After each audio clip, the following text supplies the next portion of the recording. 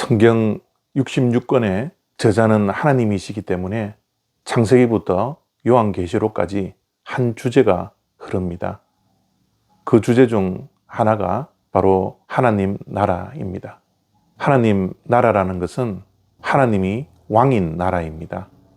하나님께서 다스리시고 하나님께서 통치하시는 나라를 하나님의 나라라 말할 수 있습니다.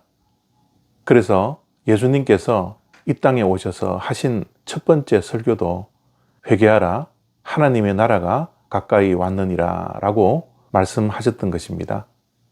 시편 15편 1절 말씀입니다. 여호와여 주의 장막에 머무를 자 누구오며 주의 성산에 사는 자 누구오니이까. 아멘. 여기서 주의 장막, 주의 성산이라는 것은 같은 의미를 가지고 있습니다. 모세 이후에 성막, 회막을 뜻하는 것이고요. 솔로몬 이후에 성전을 뜻하는 것입니다.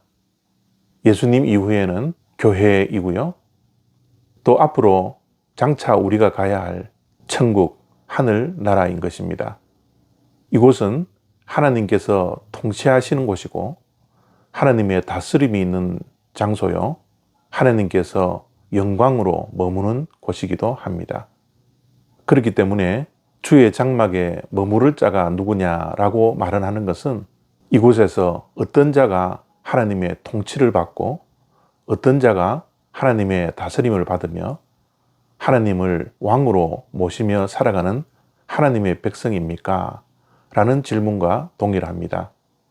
오늘 말씀의 2절부터 5절까지 말씀을 보면 짧은 말씀이지만 이 말씀 속에 지금 여기에서 하나님 나라의 백성들이 어떠한 삶을 살아야 하는지를 분명하게 말씀하고 있는 것입니다.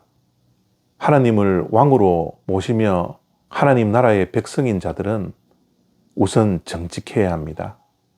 진실해야 합니다. 남에 대해서 부정적인 언어를 사용하지 않아야 합니다. 중상모략을 하지 않는 자들이 하나님의 통치를 받는 자들의 모습입니다. 또한 서원한 것을 끝까지 지키는 자입니다. 약속을 지키는 신실한 자가 하나님 나라에 머무는 자들입니다. 또한 뇌물 같은 부정한 돈을 취하지 않습니다. 우리 믿는 자들은 정당한 노동으로 물질을 취하는 물질관을 가지고 있어야 합니다. 하나님의 성산에서 예배하는 자는 이 정도의 삶을 살아야 된다라고 말씀하고 있는 것이죠. 예수님을 주인으로 모시는 예수쟁이들은 주변의 사람들이 볼 때 예수 믿는 자들이 저 정도는 되어야지 라는 말을 우리는 들어야 합니다. 예수 믿는 자들은 뭔가 달라도 달라 라는 평가를 우리는 들어야 합니다. 교회 다니는 사람은 저 정도는 살아야지 라는 말을 들을 수 있는 사람들이 되어야 합니다.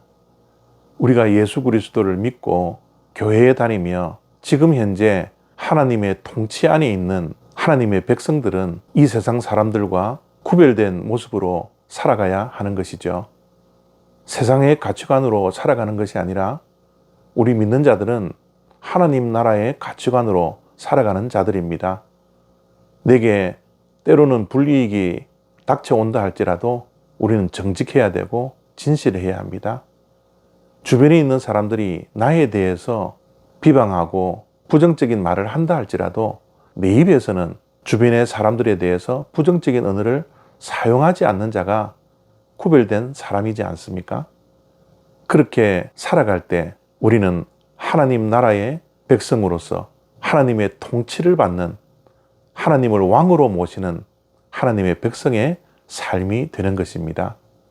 우리가 교회에서 예배를 드릴 때만 하나님의 백성으로 존재하는 것이 아니라 우리의 생활 속에서 우리의 삶 속에서 삶의 예배를 드릴 때 우리는 진정으로 하나님의 백성이 되는 것입니다. 하나님을 왕으로 모시는 우리들 삶의 예배를 통하여서 구별된 모습들을 드러내는 주님의 백성들 되시기를 바랍니다. 바로 여기가 하나님의 통치를 받는 하나님의 나라임을 기억하는 저와 여러분 되었으면 좋겠습니다. 감사합니다.